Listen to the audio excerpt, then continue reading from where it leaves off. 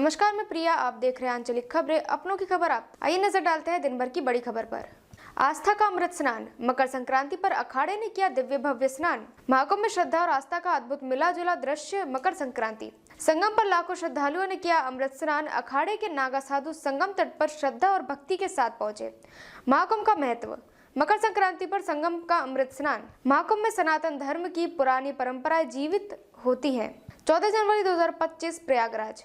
महाकुंभ का सबसे महत्वपूर्ण दिन मकर संक्रांति इस बार भी पवित्र संगम के तट पर अद्भुत श्रद्धा और आस्था का साथ मनाया गया।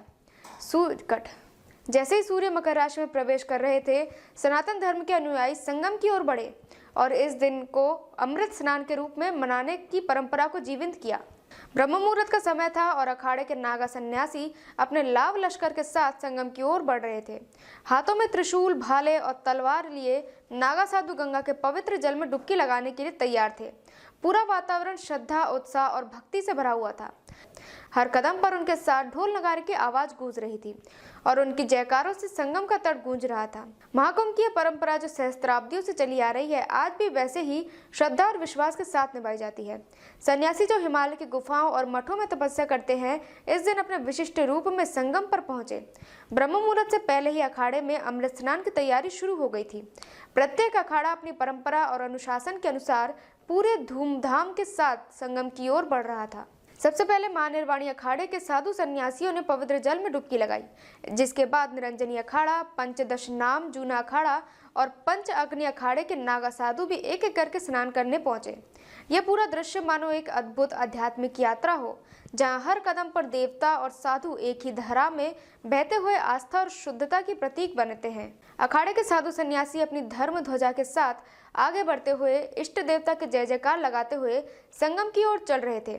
उनके साथ बैरागी और नागा साधु अस्त्र शस्त्रों का प्रदर्शन करते हुए श्रद्धालुओं को आशीर्वाद दे रहे थे। पीछे पीछे उनके आचार्य मंडलेश्वर और महामंडलेश्वर अपने रथों पर सवार होकर आ रहे थे, जिनके साथ उनके अनुयायी गुरुओं की जय जयकार करते हुए चलते थे। अखाड़े की कट। अखाड़ों की शोभा यात्रा के पीछे एक विशेष प्रकार की श्रद्धा और भक्ति का संचार हो रहा था, जैसे पूरा ब्रह्मांड एक साथ दिव्य स्नान का साक्षी बनने के लिए एकत्रित हो। संगम तट पर जैसे ही नागा सन्यासी अपने आचार्यों का अनुकरण करते हुए गंगा जल के जल में डुबकी लगाते, यह दृश्य हर किसी के दिल में गहरी श्रद्धा और आस्था का भाव उत्पन्न कर देता। इसके साथ ही करोड़ों सनातनी धर्मावलंबियों ने भी इस विशेष दिन पर संगम के जल में डुबकी लगाई और अपनी आस्था का अमृत स्नान किया। ये क्षण केवल एक धार्मिक अनुष्ठान नहीं था, बल्कि एक ऐसा अनुभव था जो आस्था, विश्वास और आध्यात्मिक शुद्धता के साथ जुड़ा हुआ था। इस दिव्य स्नान ने न केवल श्रद्धालुओं के दिलों को छुआ, बल्कि महाकुंभ की महानता और उसकी सनातन परंपरा को भी उजागर किया। आस्था का अमृत स्नान। महाकुंभ की दिव्य भव्य महिमा। महाकुंभ हिंदू धर्म का एक ऐसा पर्व है जो अपनी विशालता और धार्मिक आस्था के लिए दुनिया भर में प्रसिद्ध है। हर 12 वर्षों में प्रयागराज में आयोजित होने वाला महाकुंभ लाखों श्रद्धालुओं का केंद्र बनता है। ये धार्मिक आयोजन न केवल एक सांस्कृतिक धरोहर है, बल्कि ये हिंदू धर्म की सनातन परंपरा और आस्था का भी जीवन प्रतीक है। महाकुंभ का आयोजन विशेष रूप से संगम में स्नान करने के लिए होता है, जहाँ लाखों लोग अपने पापों से मुक्ति पाने के लिए इस पवित्र जल में डुबकी लगाते हैं। महाकुंभ का ऐतिहासिक और धार्मिक महत्व। महाकुंभ की उत्पत्ति पौराणिक कथाओं में बताई जाती है। महाकुंभ की उत्पत्ति पौराणिक कथाओं में बताई जाती है। समुद्र मंथन के समय जब अमृत कलश का उद्धारण हुआ, तब देवताओं और असुरों के बीच अमृत को लेकर संघर्ष हुआ। पौराणिक कथाओं के अनुसार अमृत की कुछ बूंदें पृथ्वी के 4 स्थानों पर गिरी: हरिद्वार, प्रयागराज, नासिक और उज्जैन। यही कारण है कि इन स्थानों पर हर 12 वर्षों में महाकुंभ मेला आयोजित किया जाता है। यही कारण है कि इन स्थानों पर हर 12 वर्षों में कुंभ मेला आयोजित किया जाता है और हर 144 वर्ष में महाकुंभ का आयोजन एक विशेष समय पर होता है, जब स्थल देवताओं के आशीर्वाद से संकेंद्रित होते हैं और इस समय यहाँ आकर स्नान करना व्यक्ति के जीवन को परम पवित्र बना देता है। महाकुंभ में स्नान करने से मनुष्य के समस्त पाप धुल जाते हैं और उसे मुक्ति का मार्ग मिलता है। यह आयोजन न केवल एक धार्मिक अवसर होता है, बल्कि एक सांस्कृतिक धरोहर भी है, जो पूरे भारत में हिंदू धर्म के अनुयायियों द्वारा उल्लास और श्रद्धा के साथ मनाया जाता है। मकर संक्रांति का दिन महाकुंभ के दौरान विशेष महत्व रखता है। मकर संक्रांति सूर्य के मकर राशि में प्रवेश करने का एक दिन होता है और इसे एक नए समय की शुरुआत के रूप में देखा जाता है। मकर संक्रांति पर स्नान करना एक विशेष धार्मिक कृत्य माना जाता है। इस दिन को अमृत स्नान कहा जाता है क्योंकि इस दिन संगम के पवित्र जल में स्नान करने से समस्त पाप समाप्त हो जाते हैं और व्यक्ति का जीवन शुद्ध हो जाता है। इस दिन का धार्मिक और आध्यात्मिक महत्व बहुत अधिक है। मान्यता है कि मकर संक्रांति के दिन स्नान करने से सूर्य देव की विशेष कृपा प्राप्त होती है और ये व्यक्ति के जीवन में सुख, शांति और समृद्धि का संचार करता है। यह दिन न केवल शारीरिक शुद्धता का प्रतीक है बल्कि मानसिक और आध्यात्मिक शुद्धता का भी मार्ग है। यही कारण है कि लाखों श्रद्धालु इस दिन को बहुत श्रद्धा और आस्था के साथ मनाते हैं और संगम में डुबकी लगाने के लिए एकत्रित होते हैं। अखाड़ों का लाभ लश्कर। महाकुंभ की जीवन परंपरा। महाकुंभ का सबसे आकर्षक और अद्वितीय पहलू इसके अखाड़ों का लाभ लश्कर होता है। महाकुंभ में कई अखाड़े आते हैं जिनमें नागा सन्यासी, बैरागी और उदासीन सन्यासी शामिल है। ये साधु सन्यासी अपनी भव्य वेशभूषा में हाथों में अस्त्र शस्त्र लेकर संगम की ओर बढ़ते हैं। उनका यह आचरण और रूप विशेष रूप से श्रद्धालुओं के लिए आकर्षक होता है और उनके मन में आस्था और श्रद्धा का संचार करता है। महाकुंभ के दौरान विशेष रूप से मकर संक्रांति के दिन अखाड़ों के नागा सन्यासी अपने आचार्यों के नेतृत्व में संगम में स्नान करने जाते हैं। ये साधु अपनी पारंपरिक वेशभूषा में, जो कि भस्म और चंदन से सजी होती है, संगम की ओर बढ़ते हैं। इनकी उपस्थिति केवल धार्मिक महात्म्य का ही प्रतीक नहीं है बल्कि सनातन धर्म की पुरानी परंपराओं और संस्कृति का भी प्रमाण है। महाकुंभ में अमृत स्नान का सबसे बड़ा आकर्षण संगम में डुबकी लगाना होता है। इसे अमृत स्नान कहा जाता है क्योंकि स्नान के माध्यम से श्रद्धालु अपने पापों से मुक्ति प्राप्त करते हैं। मकर संक्रांति के दिन संगम में स्नान करना विशेष रूप से पुण्यकारी माना जाता है।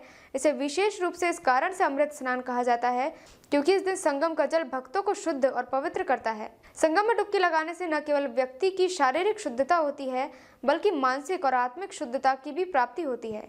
यह स्नान एक प्रकार से जीवन के नए अध्याय की शुरुआत के रूप में होता है और इसे जीवन में एक सकारात्मक परिवर्तन की आवश्यकता की तरह देखा जाता है।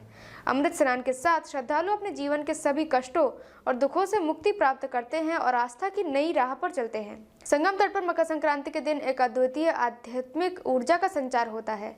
यहाँ पर न केवल धार्मिक अनुष्ठान होते हैं बल्कि एक गहरी मानसिक शांति का भी एहसास होता है। ब्रह्म मुहूर्त के समय संगम तट पर मंत्रोच्चार, भजन कीर्तन और शंखनाद की ध्वनि गूंजती है जो इस स्थान को और दिव्य और पवित्र बना देती है। संगम का वातावरण भक्तों के लिए एक अनोखा अनुभव होता है। यहाँ की दिव्यता और आध्यात्मिक ऊर्जा लोगों के दिल में एक नई आशा और विश्वास का संचार करती है। यह स्थान न केवल धार्मिक दृष्टि से महत्वपूर्ण है बल्कि यह मानसिक और आत्मिक शांति का भी स्रोत है। यहाँ के दृश्य और वातावरण का अनुभव व्यक्ति के जीवन को पूरी तरह से बदल सकता है। अखाड़े की शोभा यात्रा। धर्म और संस्कृति का अद्वितीय प्रदर्शन।